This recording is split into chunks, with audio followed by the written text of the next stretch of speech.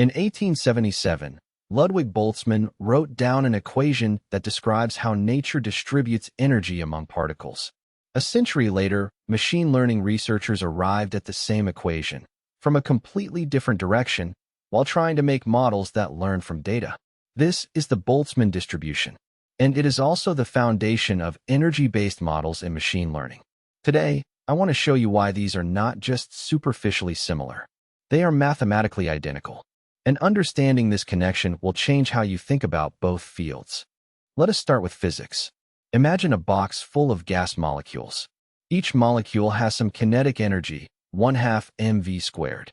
The arrow next to each particle shows its velocity. Longer arrow means faster, which means higher energy. Now, here is the question Boltzmann asked. If you reach in and grab a random molecule, what is the probability that it has energy E? His answer is elegant. The probability of finding the system in a state with energy E decreases exponentially with that energy. You can see this in the histogram. Most molecules cluster at low energy. The tail drops off exponentially. The full equation is P of x equals 1 over z times e to the minus e of x over kt. E of x is the energy of state x. T is the temperature, which controls how peaked or flat this distribution is. And K is Boltzmann's constant, just a unit conversion. At low temperature, probability concentrates sharply on the lowest energy state.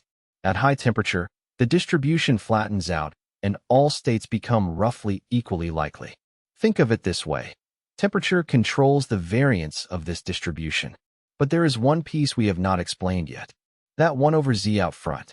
This is the partition function, and it is arguably the most important quantity in all of statistical physics. The partition function z is simply the sum over all states of e to the minus e over kt. It is the normalizing constant that makes the probabilities sum to 1. If you have seen normalizing constants in Bayesian inference, this is the same idea. But z is not just bookkeeping. It encodes everything about the system. The free energy, the entropy, the expected energy, they all come from derivatives of log z. If you know z, you know the entire distribution. Here's the problem. Computing z requires summing over every possible state. 4 n binary variables, that is 2 to the n terms. At n equals 10, that is about 1,000 terms, which is fine. At n equals 50, it is 10 to the 15. At n equals 100, it is 10 to the 30. This sum becomes completely intractable. This intractability is not just a physics problem. It is the central computational challenge of energy-based models in machine learning. From this point forward, I will absorb the temperature into the energy function. Physicists write E over kt in the exponent. In machine learning, we just write E sub theta of x, where theta represents learnable parameters. This is a reparameterization. The two forms are equivalent, but the machine learning convention keeps the equations cleaner. Now let us switch worlds entirely. Forget physics. We are statisticians. We have n observations, x1 through xn, drawn ID from some unknown data generating distribution p star.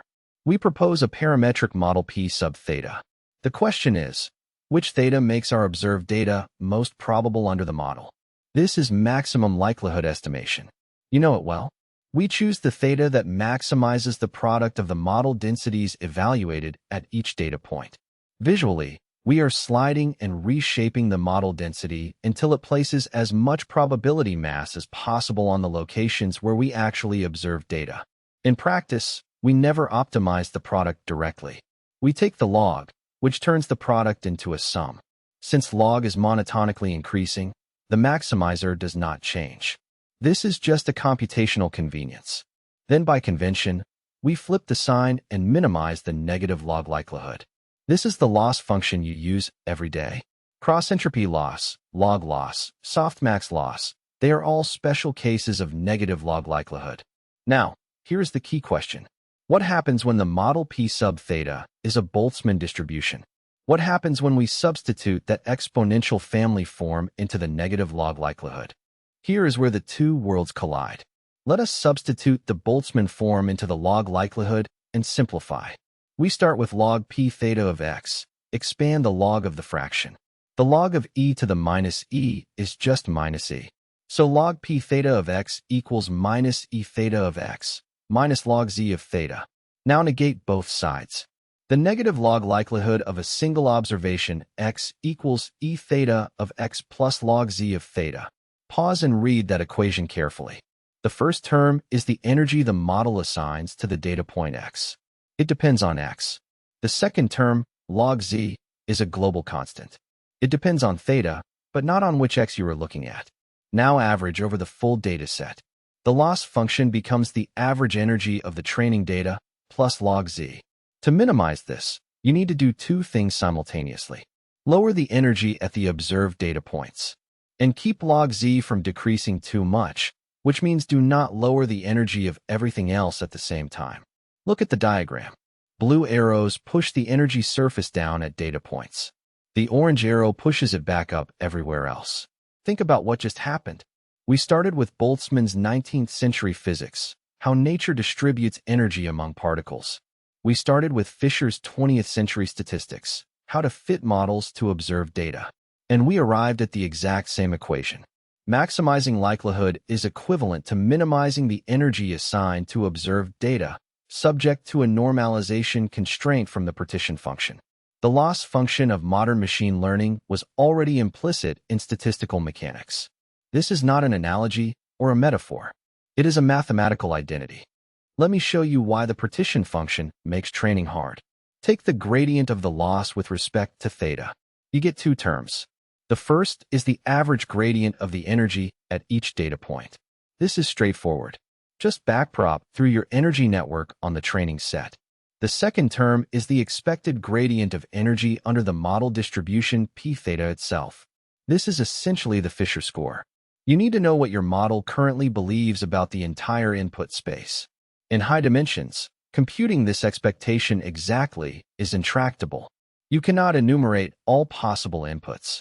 Every clever trick in energy-based model training, contrastive divergence, score matching, noise contrastive estimation, is an attempt to approximate this second term without computing it exactly.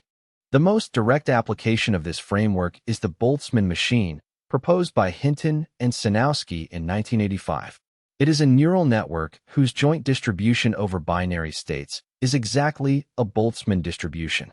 The energy function is a quadratic form. For each pair of neurons, I and j, the energy decreases by w, ij times x, I times xj. So when two neurons with a large positive weight are both active, the energy is low and the probability is high. The weights w and biases b are the learnable parameters. Now look at the learning rule. The weight update is proportional to the difference between two expectations. The first is the expected coactivation of neurons I and j under the data distribution. Easy to compute from your training set. The second is the expected coactivation under the model. Hard to compute, because it requires sampling from the Boltzmann distribution. There it is again, the intractable partition function, showing up in the gradient. The full Boltzmann machine is elegant but impractical because the Markov chain mixes too slowly. The restricted Boltzmann machine, or RBM, makes one architectural compromise: no connections within a layer. You have visible units, which represent your data, and hidden units, which capture latent features. Connections only go between layers, not within them. This restriction buys you conditional independence. Given the visible layer, each hidden unit is independent of the others, and vice versa. So you can sample an entire layer in parallel using a sigmoid activation. This makes Gibbs sampling much faster. Hinton's contrastive divergence algorithm exploits this. Instead of running the Gibbs sampler to convergence, you just run it for case steps, often just one. You compute the data statistics, run one step of Gibbs to get a reconstruction, compute the reconstruction statistics, and the weight update is the difference. It is a biased gradient estimate, but it works remarkably well in practice. Boltzmann machines were the beginning, not the end. The energy-based perspective now underlies some of the most active areas in modern machine learning. Score matching, introduced by Hyvarinen in 2005, sidesteps Z entirely by matching the gradient of the log density, the score function, rather than the density itself. You never need to evaluate or differentiate through Z. Noise contrastive estimation turns the density estimation problem into a classification problem. You learn log z as a parameter of the classifier. Diffusion models, which power modern image generation, learn to reverse a noise process. They are implicitly energy-based models. Every one of these methods is, at its core, finding a different strategy for dealing with the partition function that Boltzmann wrote down over a century ago. Let me leave you with the core insight. In physics, nature minimizes free energy. Systems settle into states that balance low energy with high entropy. In statistics, we minimize negative log likelihood. Models settle into parameters that assign high probability to observed data. These are the same optimization problem. The loss function is the free energy. The model distribution is the Boltzmann distribution. The gradient update is the system relaxing toward equilibrium. The next time you write a loss function, remember, you are not just fitting a curve. You are defining an energy landscape. And training is letting your model find its equilibrium. Thank you for watching.